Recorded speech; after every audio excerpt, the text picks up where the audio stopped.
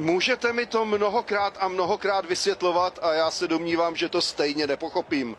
Prostě Lorena Výbesová má za sebou Marianne Vossovou a jásá takových metrů před cílem.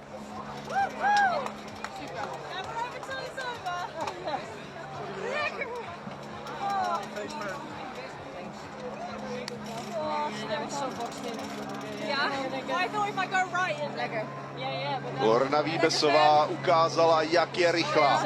Měla to jen ve svých rukách a nohách. A předčasný jásot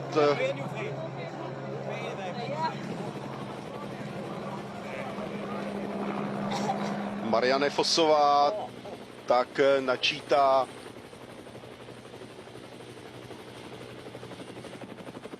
další 250 svých vítězství. Má jich 250 na svém kontě. Teď tedy přišlo 251.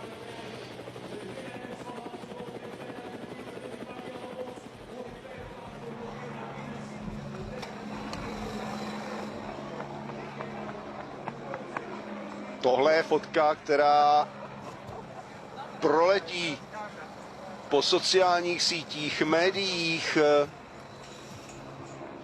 Nepochopitelné. Kdyby se to stalo jednou, dvakrát. Ale viděli jsme to tolikrát v posledních letech.